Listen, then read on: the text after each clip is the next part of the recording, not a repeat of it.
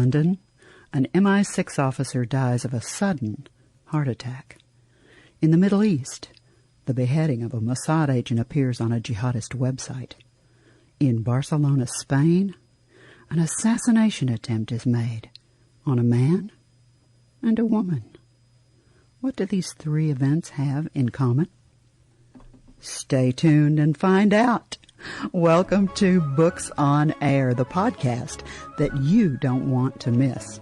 You're about to get a sneak peek at what goes on behind the scenes with authors. You're going to find out their secret recipe for creating a book. You'll find out where they get their ideas, and we will give you the inside scoop on their next project. Want to know more? Well, terrific, because we're going to tell you where you can find them on social media. Are you ready? Okay, let's meet today's author. Now, I have to say that this author is one of my absolute favorites. I know I'm not supposed to have favorites, but I do. Joining me today is J.C. Fields. He's the author of the award-winning Sean Kruger suspense novel series. He's here today to talk about his new novel, Lone Wolf, and this is the first book in a new adventure series that features a new character, ex-Marine sniper and retired CIA operative Michael Wolfe. In case you don't know J.C. Fields, he has a degree in psychology. He has experience in the computer industry, and I love this quote. He says that he has a long career of dealing with individuals possessing quirky personalities, and he has incorporated all of these experiences into his writing. He's an active member of many writers' groups. He serves on the board of the Springfield Writers Guild. He's an award winner. The Sean Kruger novels have won 2 gold readers' favorite medals and 1 silver. And I think there's been an additional award that I want him to tell you about. Welcome, JC. It's such a pleasure to have you back. Well, thank you. It's a pleasure to be here. You've won a new award with the book we're talking about today. Tell our listeners about your new award. I think this is wonderful. Well, thank you. On September 1st, Reader's Favorite International Book Contest announces the winners for that year on September 1st. I got notification that A Lone Wolf had won a gold medal in fiction suspense genre. That's my 4th award from that group. I've got 3 golds and, as you mentioned, 1 silver. It's really an honor because there is an award ceremony, unfortunately not this year, but there is an award ceremony in Miami every year for those winners.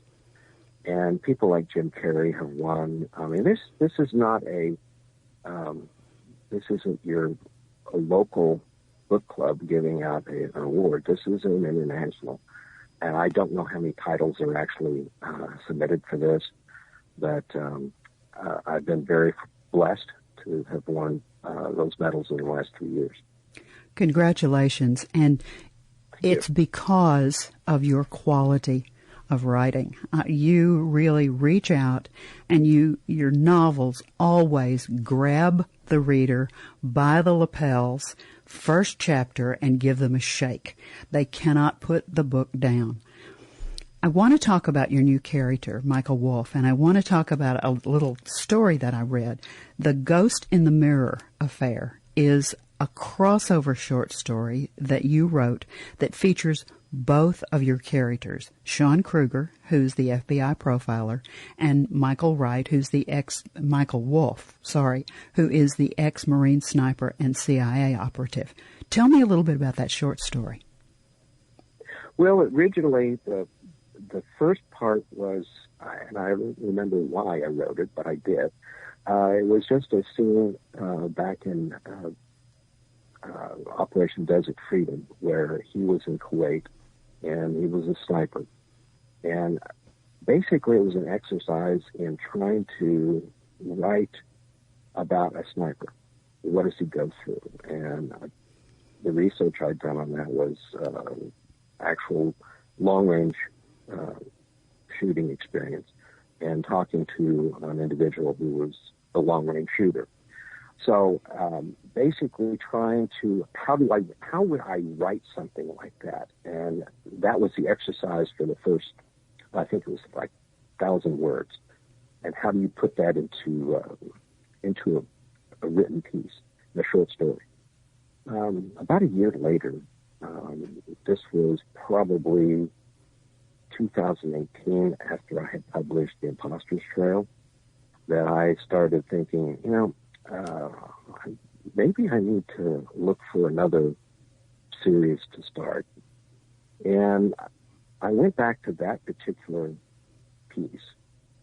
But what would happen if this character and Sean Kruger met? And 6,000 words later, I had a Ghost in the Mirror affair. So, and all of my Sean Kruger short stories, and I've got probably 10 or 15 of them, are end with affair. I don't know if your readers or your listeners will remember the Man from U.N.C.L.E., the TV show back then. You have to be a certain age. Yeah. Anyway, all of the titles ended in affair. And I thought, oh, that'd be kind of cool. All my short stories, I'll title as, and this was the Ghost in the Mirror affair. So that's kind of how I built those short stories. But that short story, once I finished it, I let it sit for a while, and I went back to that and said, oh man, this is the perfect character for a new series. And not all the short stories I write become a series or even a novel, but this one had legs, and I really enjoyed it. I enjoyed writing it, and everybody I let read it likes it. In fact, I give it away on my website. If somebody who visits my website signs up for my newsletter, I give them a free copy of Ghost in the Mirror Affair. I'm so glad I asked that question, because I wondered about the origin story of Michael Wolfe, and you just gave me his origin story. You just have this way. I can't imagine what your mind is like, because your books, I really can't.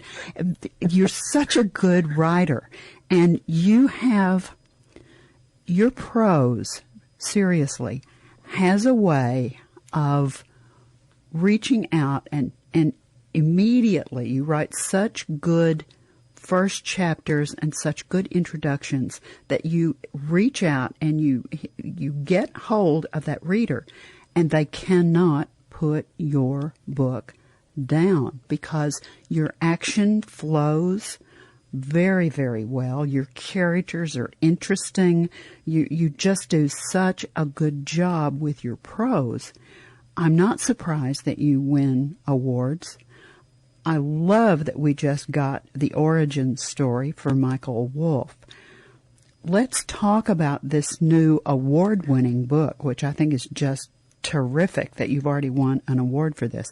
Let's give our listeners a little overview of this. I mean, I know I cheated. The teaser that I just used at the beginning of our podcast, I stole directly from your website. If they go to your website and they click on the book trailer, they'll hear the exact words that I just said, because I clicked on that book trailer and I thought, I love this. I'm stealing this. And that's exactly what I did. So let's give them a little overview. That's a compliment. I appreciate that. Thank you. The trailer is terrific. Whoever produced that for you did a great job. Well, I'm going to let you in on a little secret. What? The trailer was produced and the music composed by my narrators, my Audible book narrator's wife, Nikki Sorrell.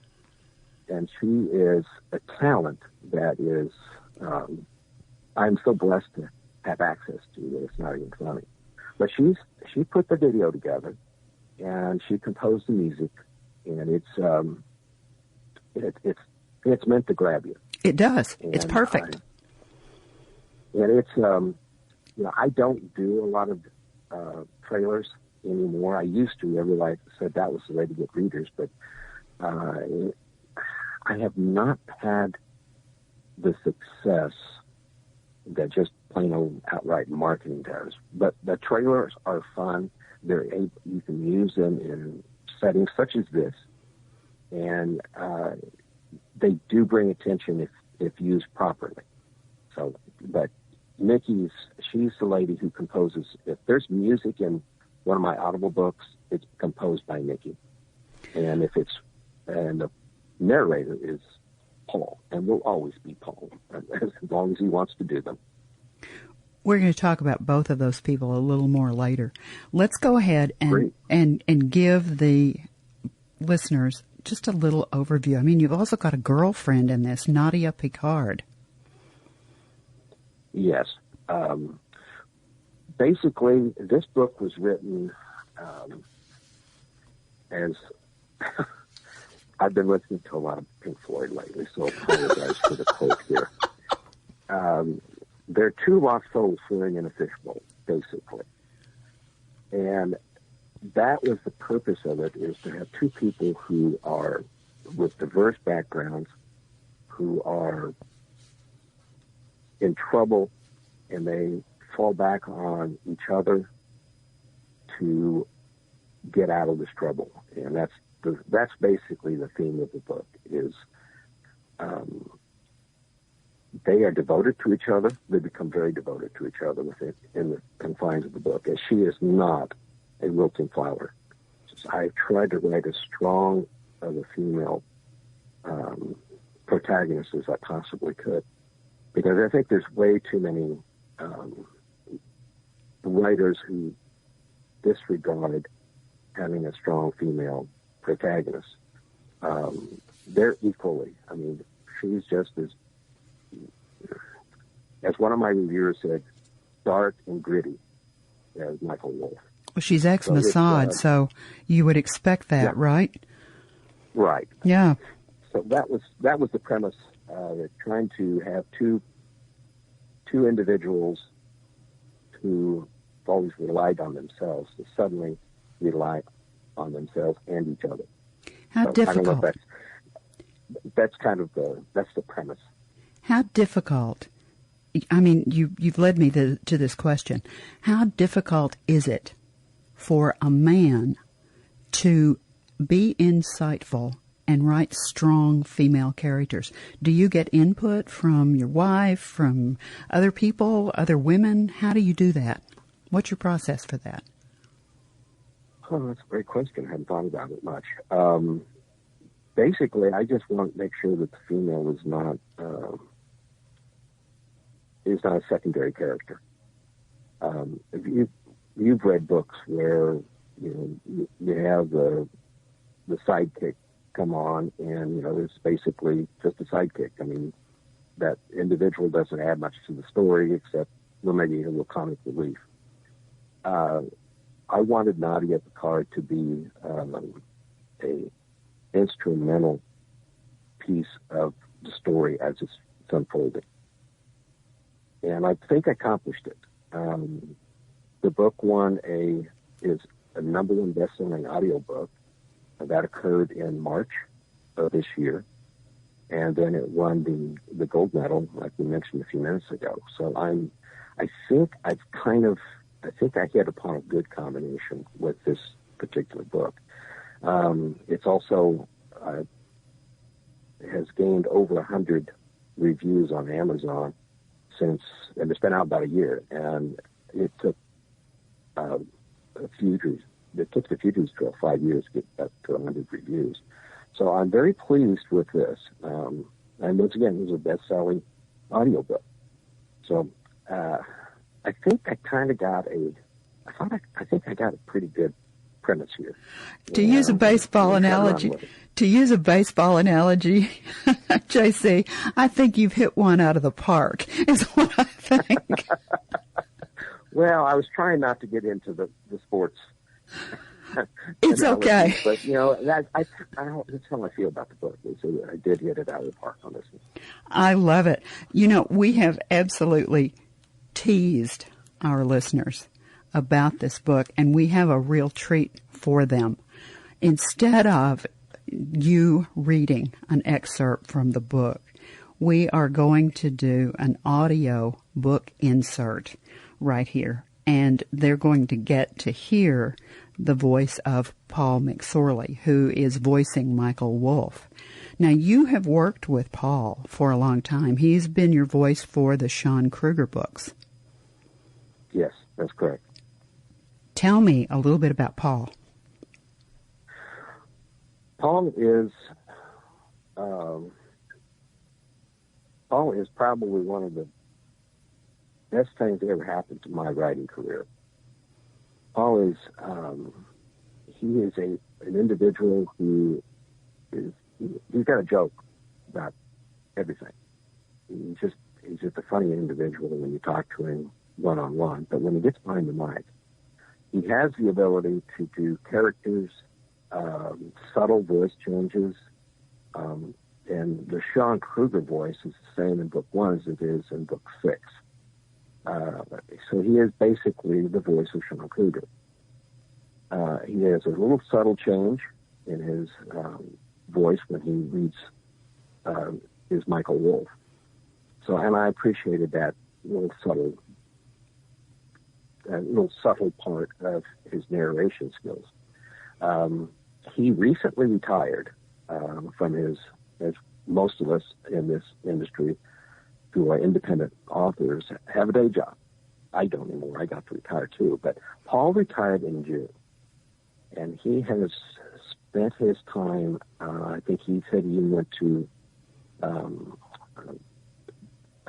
dialect school for, I don't know if he's done it yet, but he had signed up to do a dialect school. So he's always trying to improve his craft, just like I try to improve my writing craft whenever I can.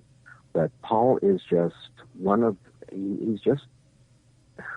he's a bright spot in my writing career, and I'm very appreciative of his talent and his devotion to the Sean Kruger series. I think it's wonderful that you've found someone, a voice actor, who is able to do both Sean Kruger and Michael Wolfe and make you happy with the reading. That's really saying a great deal about his talent. Let's listen to a little excerpt from A Lone Wolf, read by Paul McSorley. Part 1.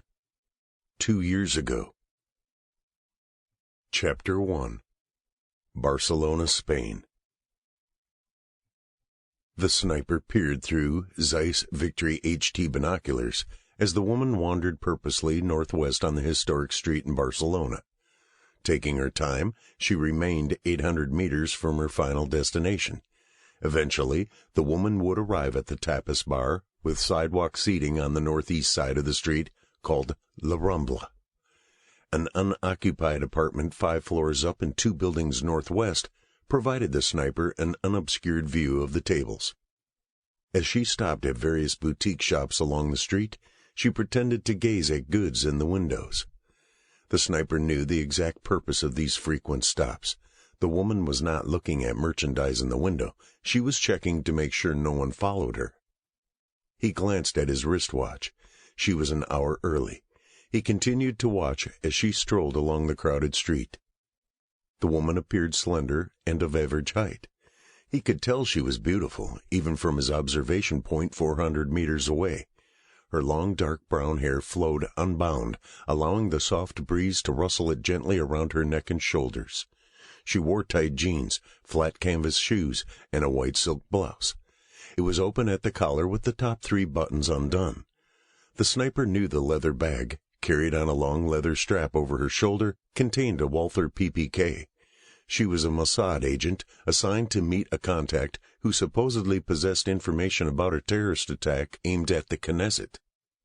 When she reached the restaurant, her instructions were to sit at a table near the sidewalk and wait for someone to ask for directions. The sniper's briefing did not provide too much additional information, except the person asking the question would be a male. Both the woman and the man were his targets. Now with the woman in position and sipping an espresso at the table, the sniper got behind his suppressed Kalashnikov SVK sniper rifle. He centered the crosshairs just below her breastbone, controlled his breathing, and waited. Nadia Picard sipped her coffee and casually surveyed the pedestrian traffic in the crowded area known to tourists as Las Ramblas. A mild concern tickled the back of her mind, but she remained calm. The concern stemmed from the fact she did not possess a description of her contact. Her instructions were to wait for a man to ask directions to a specific restaurant. She would reply it was closed, and the contact would say, "Too bad, I was hoping to take you there." The conversation would be in French, her native language. Her circuitous approach to her current location took most of the morning. Glancing at the clock feature on her cell phone, she saw it was 15 minutes before the designated rendezvous. As she waited, she watched the crowd meandering on the street filled with tourists from all parts of the globe. The din from Las Ramblas grew louder as she carefully kept an eye out for threats and her contact. She finished one espresso and ordered another. Before the new coffee arrived, she saw a man moving rapidly toward her location. His stride seemed familiar, as did his appearance. She stiffened as he approached and placed one hand inside the purse lying on the table next to her. Her eyes did not divert from the man's face. She knew every feature of it and every contour of his body. When he stopped next to her table, she looked up with surprise. "What are you doing here?" The sniper's dark complexion, average height, slender build, black hair, and neatly trimmed beard allowed him to fit in anywhere in Europe. Political and religious affiliations were of no concern to him. His loyalties were to any person or organization with the most money. Considering the fee for successfully completing his current task, his concentration was total. Pressure on the rifle's trigger increased slightly as he observed a change in his target's demeanor. She had straightened and concentrated on something to her left. He saw her hand slide into her purse, ever so nonchalant. Keeping his breathing slow and steady, he mentally walked through his next steps. Wait for the woman's contact to sit, and then squeeze the trigger. Before anyone would be able to react, another bullet would be on its way. Suddenly, the situation changed as the woman looked up and said something. Feeling his chance of completing the assignment slipping away, he applied additional pressure to the trigger. Michael Wolfe did not answer the question. Instead, he grabbed her arm and jerked her out of the seat, leading her into the mass of people on the street. Almost immediately, he heard the unmistakable sound of a bullet striking the concrete behind where Nadia had sat. The next sound was the cry of a waiter as pieces of the now shattered projectile embedded in his upper thigh. Wolfe did not panic as he led Nadia into the throng of tourists. Disappearing from the sniper's line of sight became his only concern. Oh, that was terrific. You made me want to go out and get the book right away. I think that our listeners have to be feeling exactly the same way. So let's tell them where they can find it. Now, Amazon is, of course, the easy place for almost everyone to find the book. All they have to do is go to the Amazon website, put in Lone Wolf, no E, L-O... A Lone Wolf. A Lone Wolf. Sorry, I left off that A. No, it's fine. By J. C. Fields. Now, there are several things that can come up, but one of the things that comes up is a representation of the book, and in the upper right-hand corner are the wonderful words that you always want to see on an Amazon book where it says, "Look inside."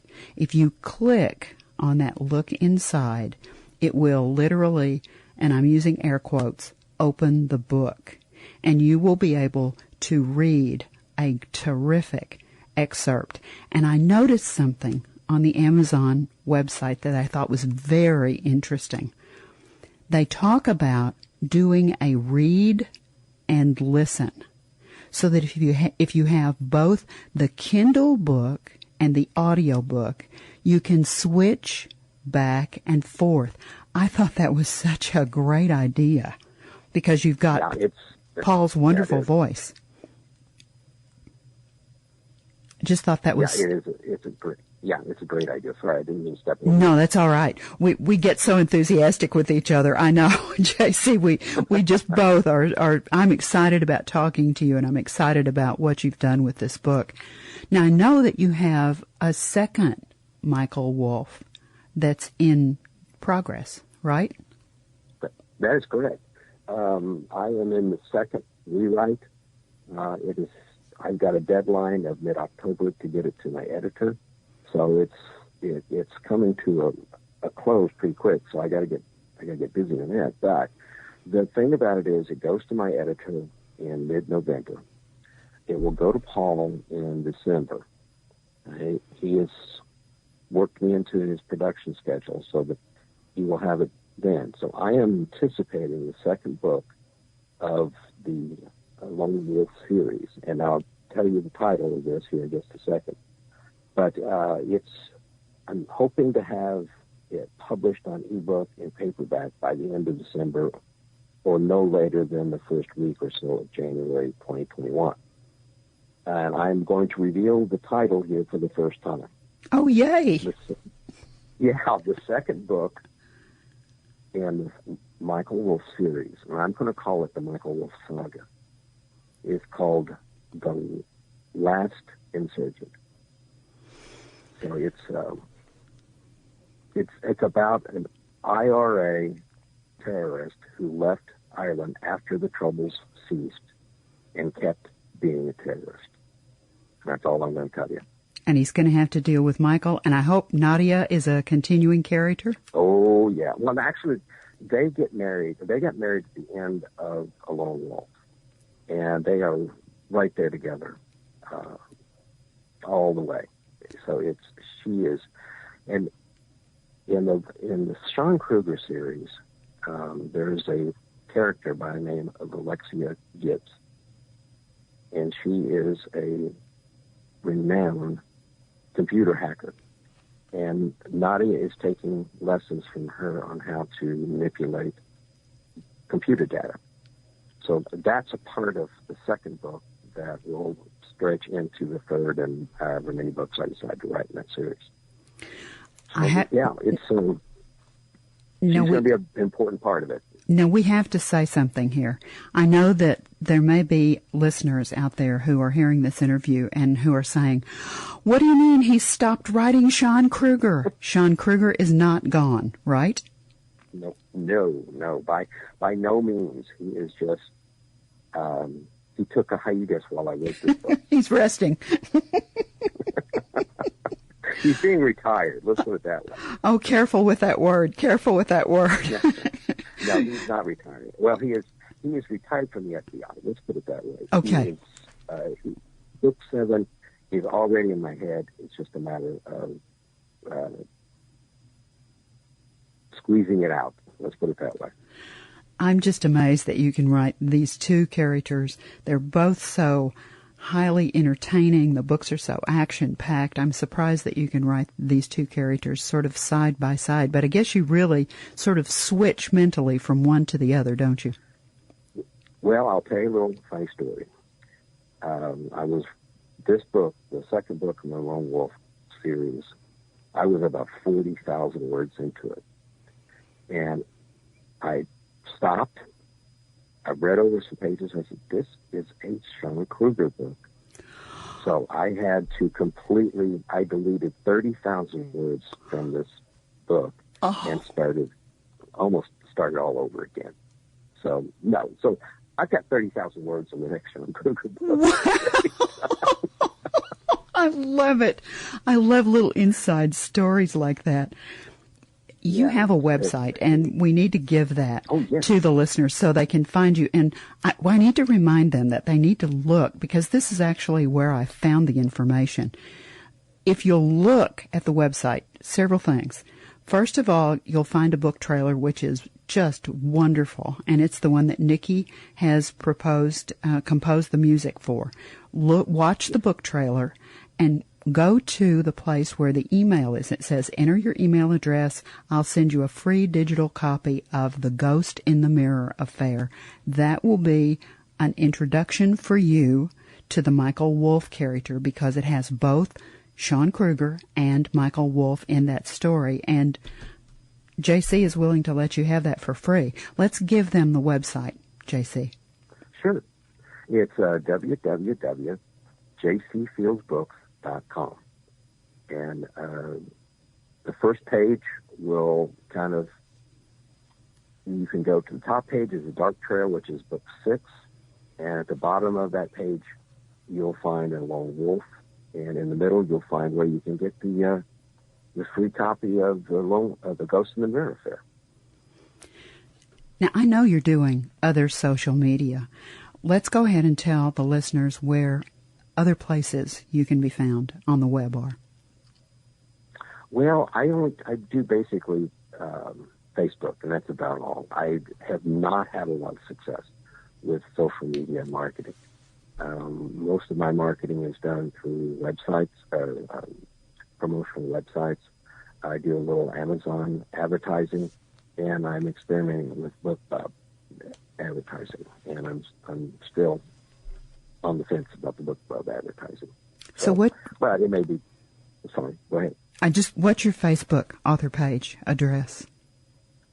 I don't know. This is a surprise for you that I'm going to ask you this question. Yeah, hang on. I'll tell you in just a second. I'm almost there. So, I'll bet it is facebook.com /JCFieldsBook. It's Facebook /JCFieldsBook, and that's the web Facebook page. Does that make sense? Yes, it makes sense. JC, I just can't stop talking to you. You're so interesting, and it's just so much fun. I love to hear creative minds like you talk about their ideas, talk about their characters, talk about their books. There's so much passion. There's so much intelligence. There's so much creativity. For me, it's just so exciting.